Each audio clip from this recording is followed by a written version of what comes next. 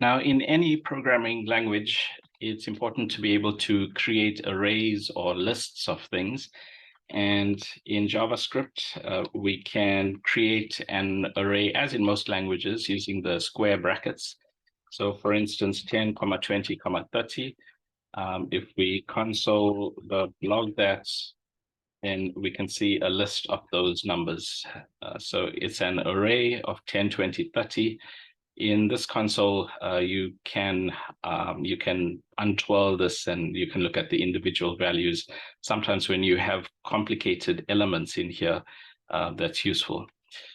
So in JavaScript, we are allowed to have mixed types of arrays or mixed types of elements in our arrays. So you can have 10, hello, 50.5 as a floating number.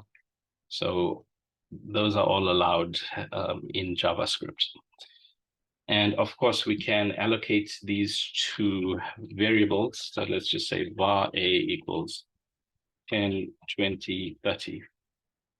And to add an element onto the end of an array, the command is a push. So a.push,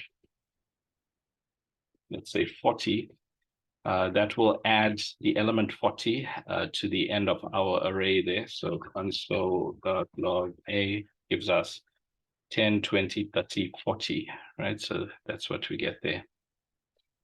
We can also, there is another useful part to this. So if we say a.pop and without an argument, then that will pop out from the end of the array, the last value. So if we say console.log a.pop, then we see that the value it's popped out is the 40. So the .pop does actually have an output. I think push doesn't really have one. Let's just check this. Console.log a.push. Okay, well, that's 4. So it looks like the output of a push is the length of the array that will result. So anyway, but it's not common to use that. Whereas here, a.pop, sometimes you want to extract the last element of an array, and you also want that actually removed from the array. So you pop out the value and the remaining array doesn't have that value anymore. So if we console.log the array A, then we see that value of 40 has popped out, and now we don't have 40 in the array anymore. So that's pop. Another important function in an array is the map. So a.map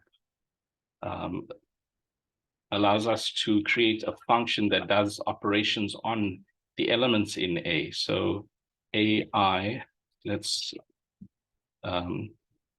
include the argument AI. So when we say array.map, then we can define a function which is going to loop over each of the elements of A.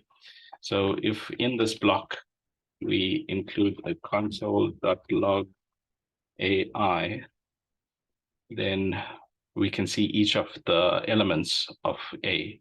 And that's available to us as a number. So this is not an array. This is a number, one of the elements of the array.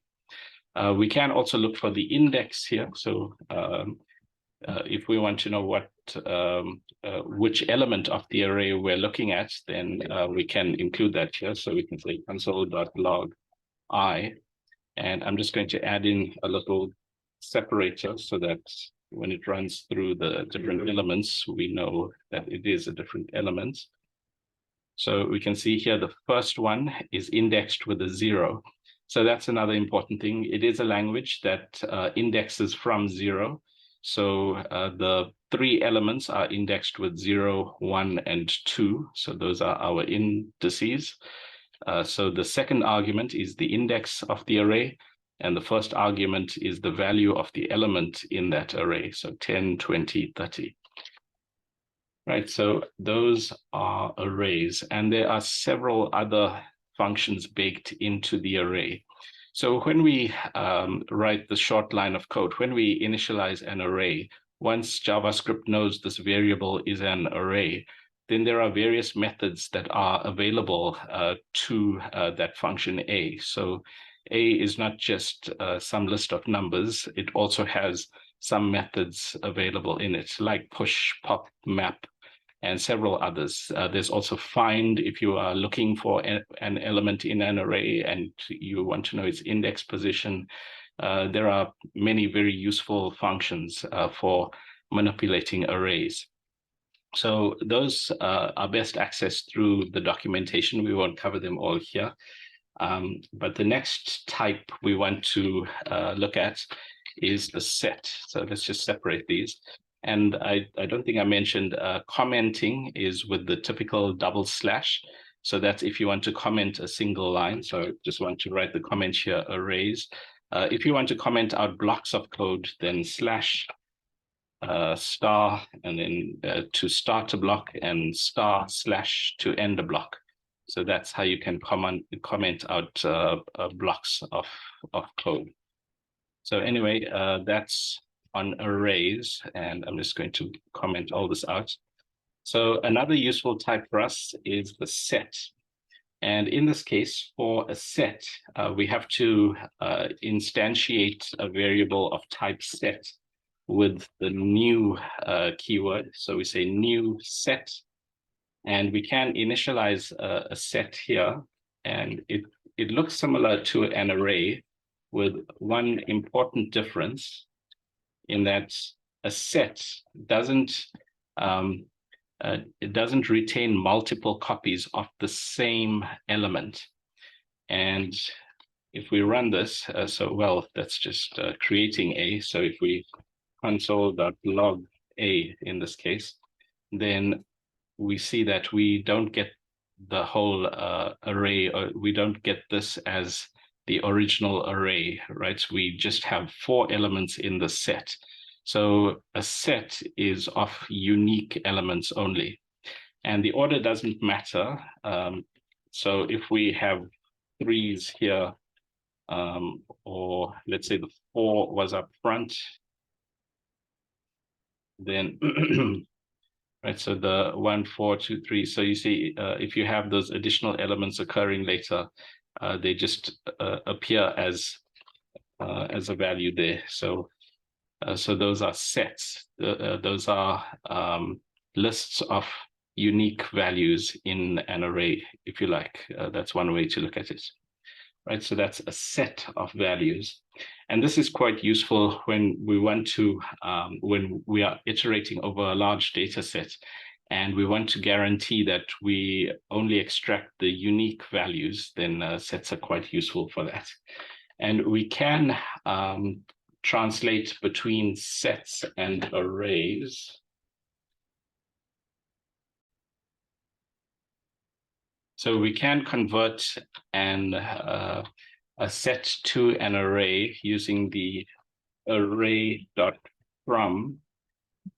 the set. So array is a so-called prototype. So when we defined our array using these square brackets, implicitly we were creating an object of type array, and we can access the array methods using the array static keyword.